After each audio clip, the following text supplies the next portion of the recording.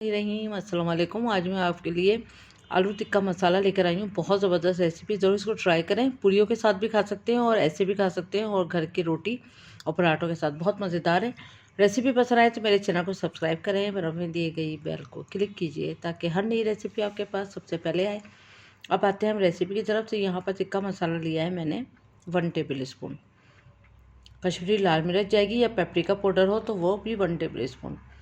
लहसुन अदरक का पेस्ट 1 टेबल स्पून। ज़ीरा पाउडर 1/2 टी स्पून। कुटी हुई लाल मिर्च 1 टीस्पून। दही जाएगा इसमें 5 टेबल स्पून।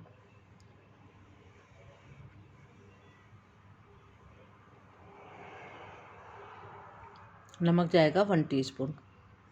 अच्छी तरह से हम कर लेंगे मिक्स। बहुत अच्छी तरह मिक्स करने के बाद फिर हम इसमें तकरीबन 5 अदद आलू डालेंगे इसमें। और आलू को हमने क्यूब्स में काट लिया है, छिलका उतार के वॉश करके फिर इसको ड्राई करा था। और ड्राई करने के बाद फिर हमने इस क्यूब्स में काट के और फिर इसको हमने इसमें मसाले में लगा के अच्छी तरह लगाने के बाद आधे घंटे के लिए रेस्ट देंगे। उसके बाद एक पैन में हमने 1/4 कप जो है वो ऑयल लिया है और ऑयल गर्म हो जाए फिर हम इसमें आलू डाल देंगे मसाले के साथ। अब इसको हम भुनाई करेंगे मीडियम आंच पर। इतनी भुनाई करेंगे कि ये मसाला ड्राई हो जाए। ये देखिए बहुत अच्छे से भुनाई करी। आप ये देख सकते हैं कि मसाला जो है वो अच्छे से ड्राई हो चुका है और आलू पे के साथ चिपक गया है और ऑयल जो है वो सेपरेट हो चुका है। ऑयल सेपरेट होने के बाद भी 2-3 मिनट हमने फ्राई करा। उसके बाद फिर हमने फ्रेश टमाटर जो लिए थे बड़े साइज़ के 3, उसका पेस्ट बना लिया। पेस्ट बनाने के बाद फिर वो इसमें डाल देंगे हम।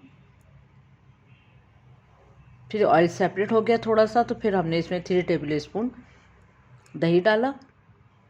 दही को हम यहीं पर थोड़ा सा फेंट लेंगे। उसके बाद फिर मिक्स कर देंगे। अच्छी तरह मिक्स करने के बाद फिर इसको हमने ढक के बिल्कुल हल्की आंच पे हमने इसको दम पे आलू गल जाने तक कुक करना है। बस बहुत हल्की आंच पे दम पे हमने आलू कुक करना है ताकि ये सॉफ्ट हो जाए। देखिए पानी भी ड्राई हो चुका है, ऑयल भी सेपरेट हो चुका है और साथ में आलू भी गल चुके हैं। ये देखें आलू जो है सॉफ्ट हो चुके हैं। अब यहाँ पर हमने हरी मिर्चें डाली हैं तकरीबन 3 से 4 अदद।